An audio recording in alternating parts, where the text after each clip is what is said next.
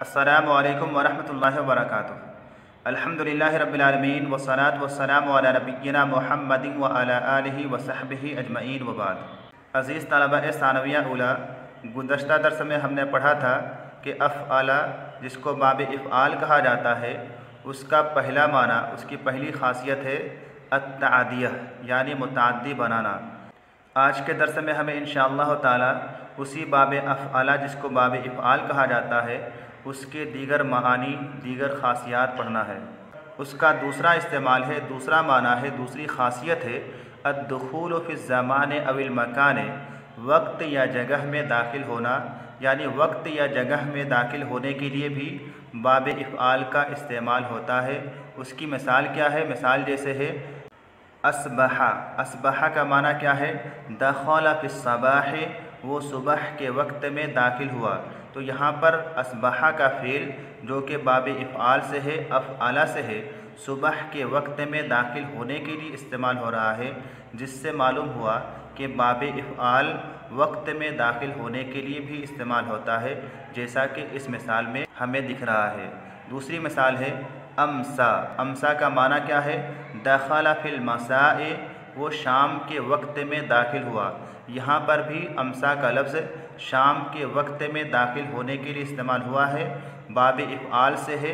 इससे भी हमें समझ में आ रहा है कि बाब इफ़आल वक्त में दाखिल होने के लिए भी इस्तेमाल होता है। अमसरा। अमसरा का माना क्या है? दख़ला फ़ी मिस्र। मिस्र का माना होता है शहर, वो शहर में दाखिल हुआ। तो शहर चूँकि एक जगह है, उस जगह में दाखिल होने के लिए बाब इफ़आल का इस्तेमाल हुआ है, अमसरा का इस्तेमाल हुआ है। मालूम हुआ कि जगह में दाखिल होने के लिए भी बाब इफ़आल का इस्तेमाल होता है। असहरा। असहरा का माना क्या है?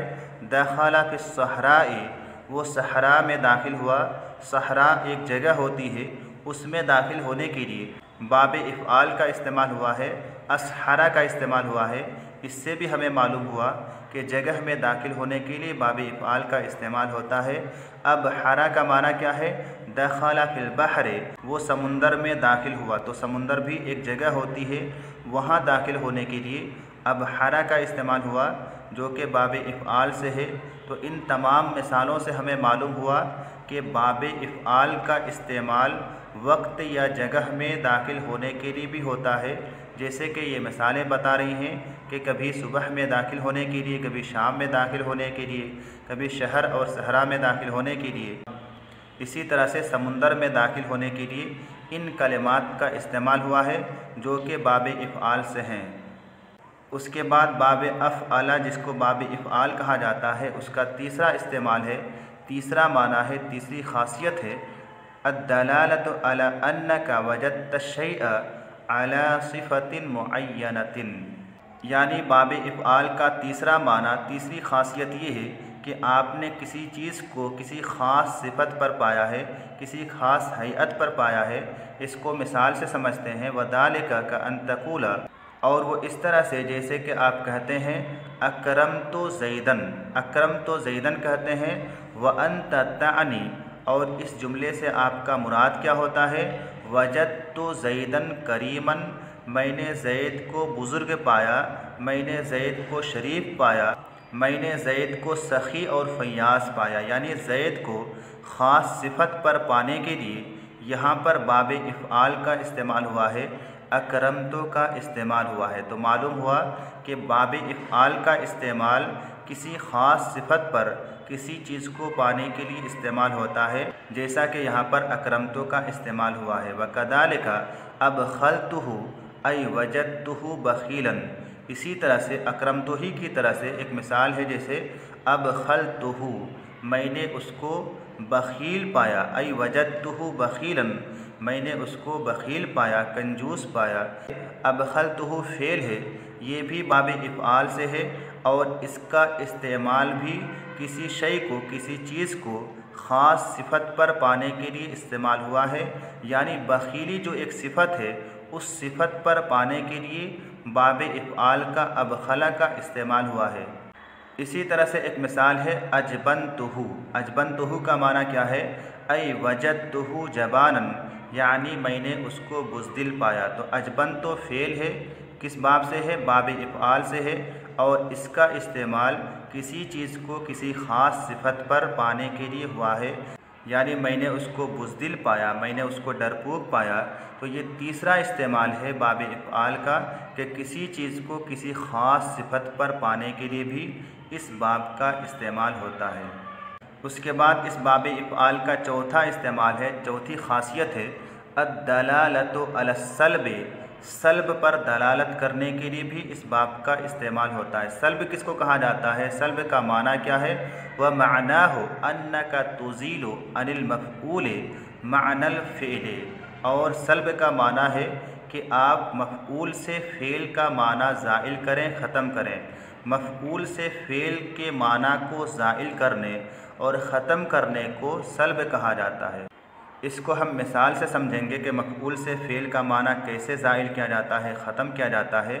यहाँ पर मिसाल दी जा रही है, फ़इज़ा क़ुल्त मसलन, मिसाल के तौर से जब आप कहते हैं शका ज़ैदुन, ज़ैद ने शिकायत की, फ़इन्नका तस्बुतु अन्न लहु शकवा, तो इस जुमले के ज़रिए आप साबित करते हैं अन्न लहु शकवा कि उसके पास शिकायत है।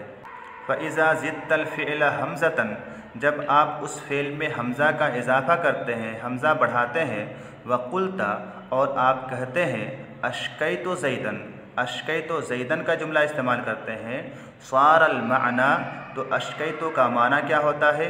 अज़लतु शकवाहो, मैंने उसकी शिकायत दूर की, मैंने उसकी शिकायत ख़त्म की। तो अश्कैतु का जो ये फ़ेल है जो कि बाब इफ़आल से है, इस फ़ेल के ज़रिए ज़ैदन जो कि मफ़ऊल बिही है उससे माने फ़ेल को यानी शिकवा को, शिकायत को ज़ाइल किया जा रहा है, ख़त्म किया जा रहा है। इसी चीज़ को यानी मफ़ऊल से फ़ेल के माना को ज़ाइल करने को सल्ब कहा जाता है। वहाकज़ा फ़ी अअजमतुल किताबा अय अज़लतु उजमतहु। इसी तरह से ये मिसाल भी है अअजमतुल किताबा, अअजमतुल किताबा का माना क्या है? अय अज़लतु उजमतहु, यानी मैंने उसके उजमा को, उसकी पेचीदगी को, उसके इबहाम को दूर किया। उजमा कहा जाता है इबहाम और पेचीदगी को। अगर किताब में नुक्ते ना लगाए जाएँ, एराब ना लगाए जाएँ, तो फिर किताब में इबहाम रहता है, पेचीदगी रहती है, उसको पढ़ना मुश्किल होता है। अगर किताब में एराब लगा दिया जाए, नुक्ते लगा दिए जाएँ, तो फिर ऐसी सूरत में इस जुमले का इस्तेमाल होता है अअजमतुल किताबा इस्तेमाल होता है, जिसका माना होता है मैंने किताब में नुक्ते और एराब लगाए।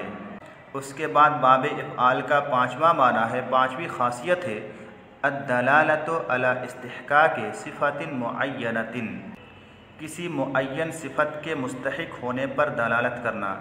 यानी बाब इफ़आल के मानी और ख़ासियत में से एक ख़ासियत ये भी है कि इस बाब से आने वाला कलेमा किसी ख़ास सिफ़त के मुस्तहिक़ होने पर भी दलालत करता है। उसकी मिसाल क्या है? अहसदज़्ज़रउ, अहसदज़्ज़रउ का माना क्या है?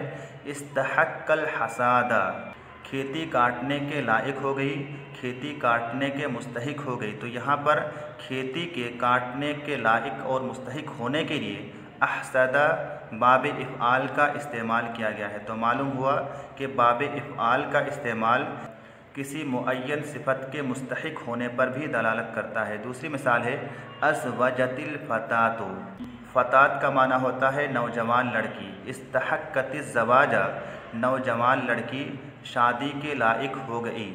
इस जुमला में भी अज़वजत जो कि बाब इफ़आल से है, इसके ज़रिए अल-फ़तात के शादी के लायक होने पर दलालत कर रहा है।